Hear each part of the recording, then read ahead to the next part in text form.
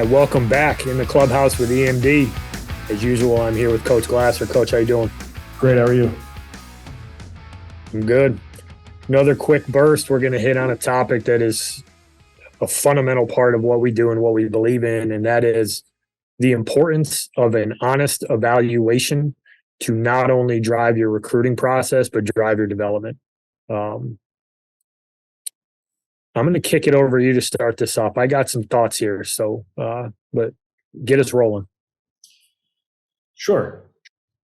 The biggest part of, I think youth baseball is being able to have somebody who is knowledgeable and in your corner to be able to tell you the truth about where it is that you fit and where your skill level is. I don't. I've had people on here talk about this before, and I'm not against it, but I think it's hard for some people who at the youth level to really be able to project out some guys when you haven't maybe necessarily had a ton of guys play at the college level, or your lone experience was that you played in college 15, 20 years ago. I'm not saying that you're not wrong, but I think that the game has changed a lot. There's a lot that has gone into those changes at the different levels, and I think the level of baseball is higher than it's been in a long time.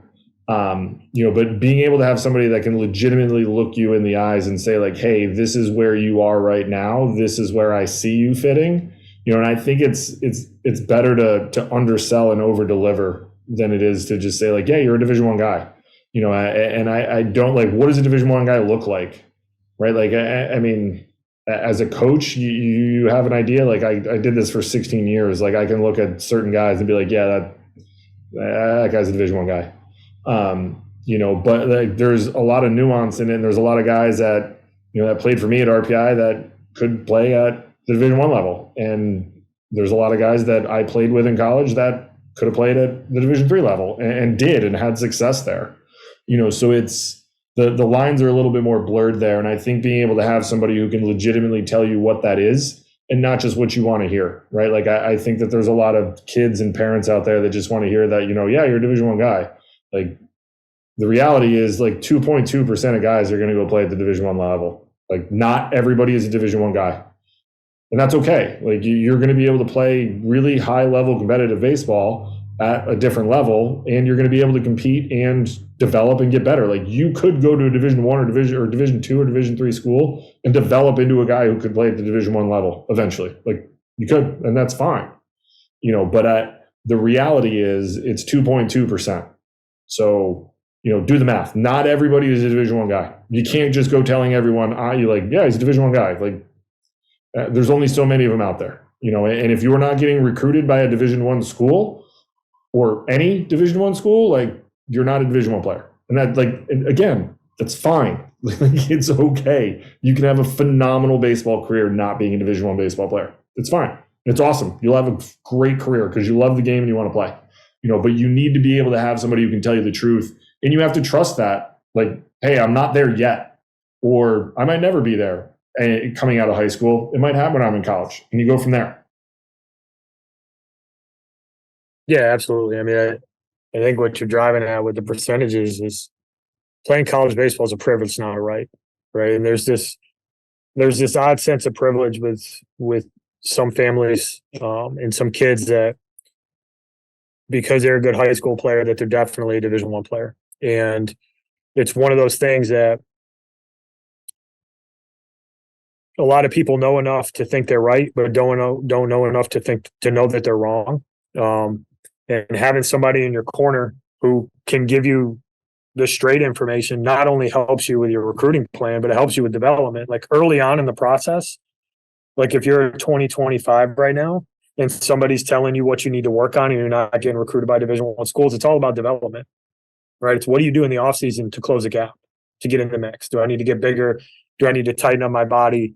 Do I need to add some velocity? Like, what do I need to do to close a gap to get in a situation where I'm a little bit more recruitable at that level? The later you get in the process, the more you need to wrap your head around it.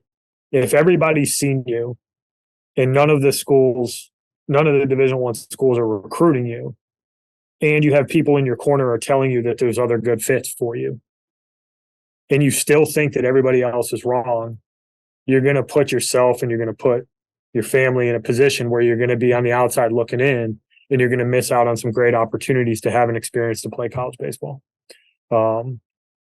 And if you haven't done it, and I mean, like, if you haven't coached, if you haven't been around the game at the collegiate level, if you haven't seen what those players look like,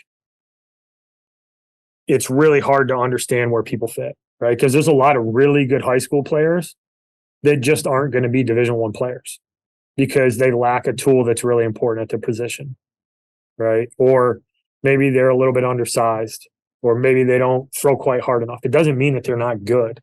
It just means when you look at the scope of college baseball, it's so darn competitive now. And these programs have an endless number of kids that they can go to go find talent. And just because you're not getting recruited by certain schools doesn't mean that you're not a good player.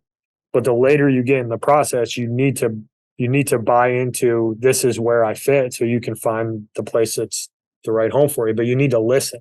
Like, that's a tough thing. I think a lot of people, if you tell them something they don't want to hear, even if it comes from an honest, empathetic place where you're telling them from a place of instruction and a place of knowledge, if it's not what they want to hear, they just assume that you're wrong because they don't want you to be right. But the reality is, most of that information, at least when it comes from me and you, is coming from a position of, hey, this isn't just our thought.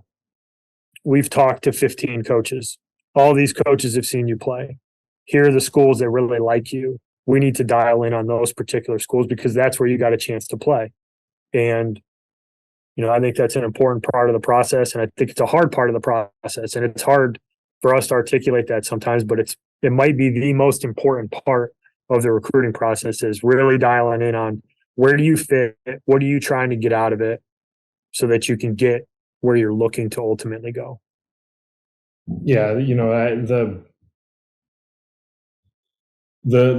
thing that I struggle with, I think, a little bit right now is, like, when we have these conversations with people, and I've had them when I was coaching, and we have them now, that people look at me like I have 20 heads when I we tell them that, hey, you don't fit there yet, or this isn't a school that,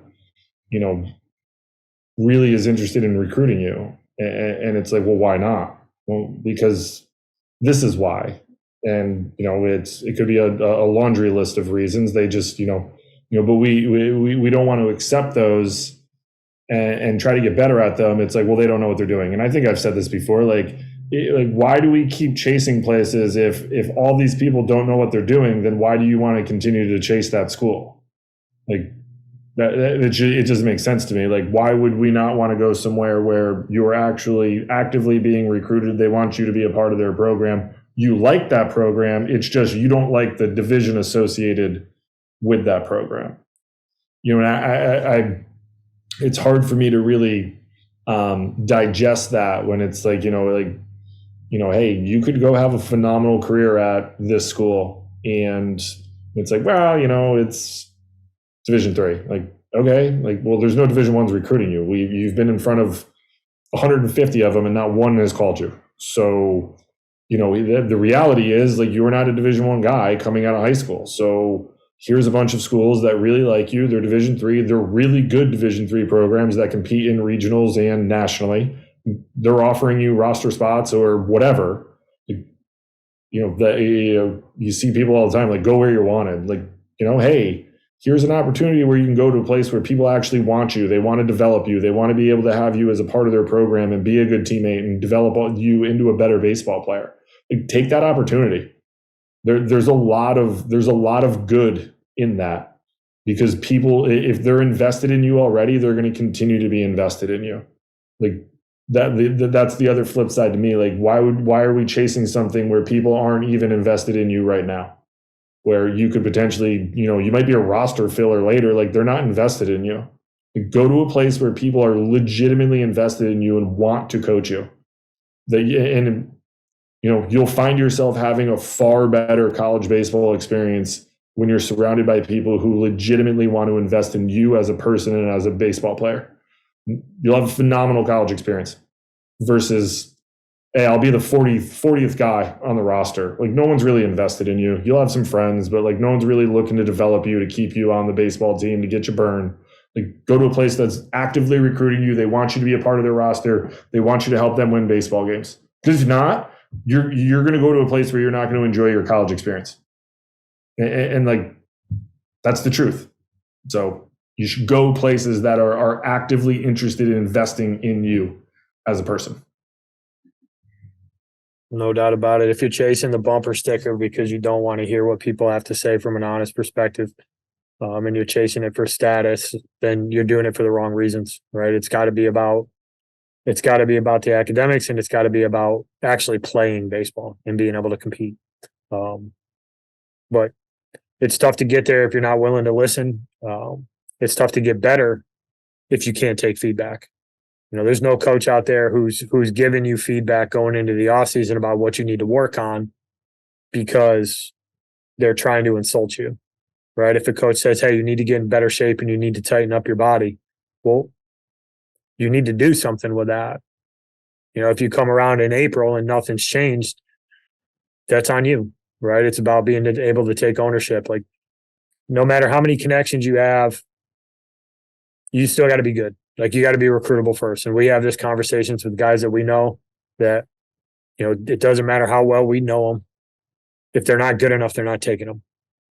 Right? Like, it's just that simple. So listen to the feedback, let it drive your development, let it drive your process. If you do that, you'll put yourself in a much better situation at the back end of this. 100%. Anything else you want to add, Coach? Nope. Nailed it. All right. Thank you for listening. Come back again next week. Check out Dugout Dish on Thursdays.